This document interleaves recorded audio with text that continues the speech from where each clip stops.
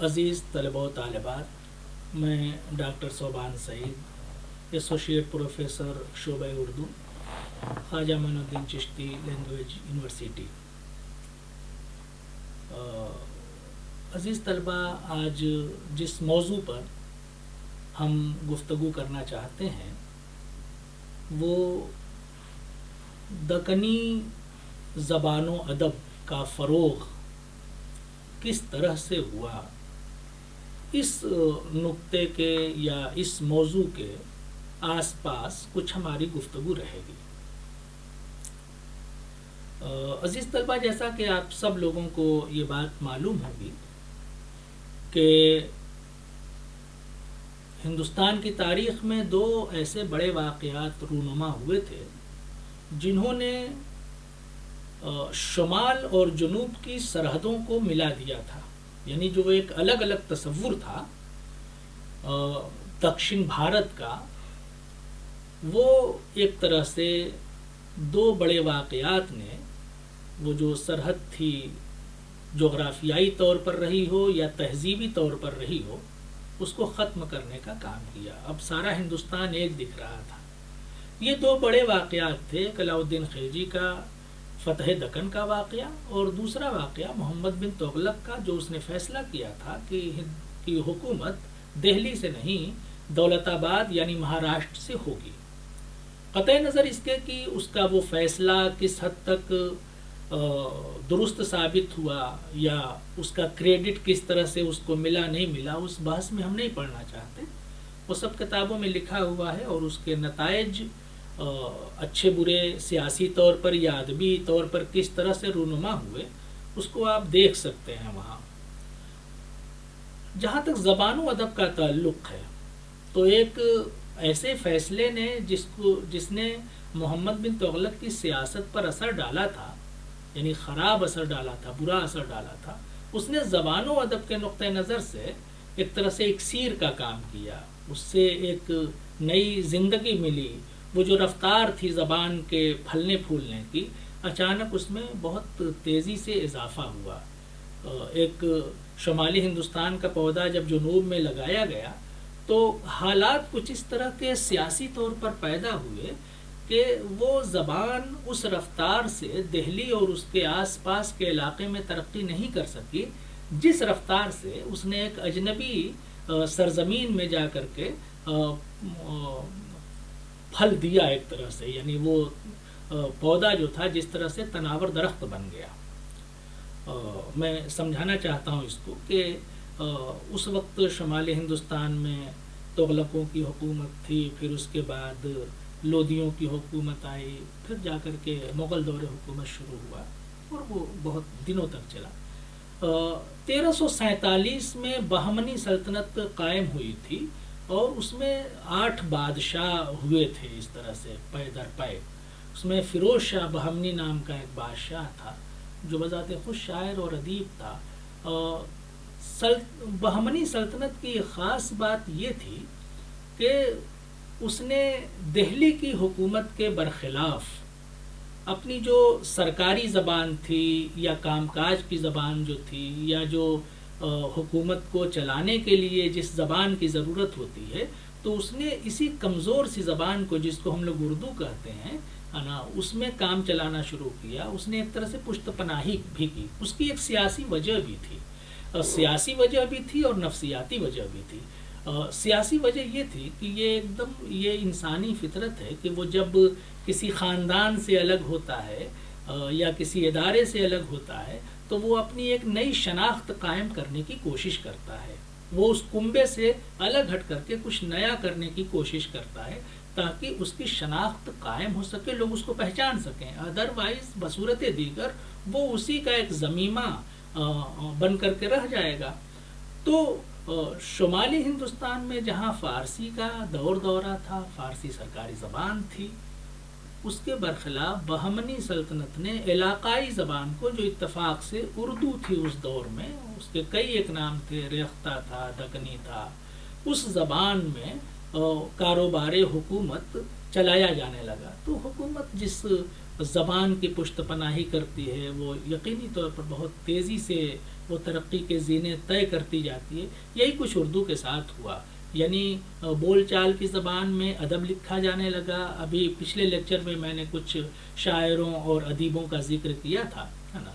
تو اس طرح سے 150 برس کے بعد جب یہ سلطنت شکست و ریخت سے دوچار ہوئی، اس حکومت کو زوال جب آ گیا، تو پھر 5 بڑی سلطنتیں قائم ہوئیں. اس میں سے 3 نسبتاً چھوٹی تھیں، ان کا دائرہ چھوٹا تھا، لیکن 2 حکومتیں بہت بڑی تھیں. ایک عادل شاہی حکومت تھی اور دوسری حکومت قلی قطب شاہی تھی. جب ہم زبان و ادب کی تاریخ اور خاص طور پر اردو زبان و ادب کی تاریخ پڑھتے ہیں تو اس میں 5 سلطنتوں کا تو ذکر آتا ہے، لیکن گھوم پھر کر کے پھر ہم مرکوز ہو جاتے ہیں یا ہماری توجہ مرکوز ہو جاتی ہے صرف 2 حکومتوں پر، قطب شاہی اور عادل شاہی. اس کی وجہ یہ کہ باقی سلطنتیں جو تھیں یا تو انہی سلطنتوں کا ضمیمہ بن کر کے رہ گئیں، یا پھر بہت بعد کے زمانے میں مغل حکومت جب بہت تیزی کے ساتھ جنوبی ہندوستان تک سفر کرتی ہوئی آئی تو وہ اس کے ساتھ وہ مفتوح بن گئی. اس طرح سے نظام شاہی جس کا دارالحکومت احمد نگر تھا. تو یہ ایک مختصر سا خاکہ تھا سیاست کا. اب یہ دیکھیے کہ وہ نئی زبان اس میں جب ادب لکھا گیا تو وہ جنوبی ہندوستان میں لکھا گیا. یہی وجہ ہے کہ ہم کئی بار اس کا ذکر کرتے ہیں کہ اردو کا پہلا صاحب دیوان شاعر کون ہے، تو ہم لوگ قلی قطب شاہ کا نام لیتے ہیں. یہ قلی قطب شاہ کون ہے؟ یہ اسی قطب شاہی خاندان کا 5واں بادشاہ ہے. 1490 میں عادل شاہی حکومت بنی تھی اور 1490 ہی میں قطب شاہی حکومت بنی تھی. تو قطب شاہی دور حکومت میں بادشاہ خود شاعر تھا.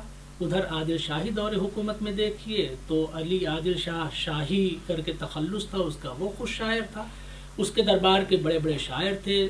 عادل شاہی دور حکومت کا ایک بڑا مشہور شاعر نصرتی ہے جس کی 2-3 کتابیں بہت مشہور ہیں.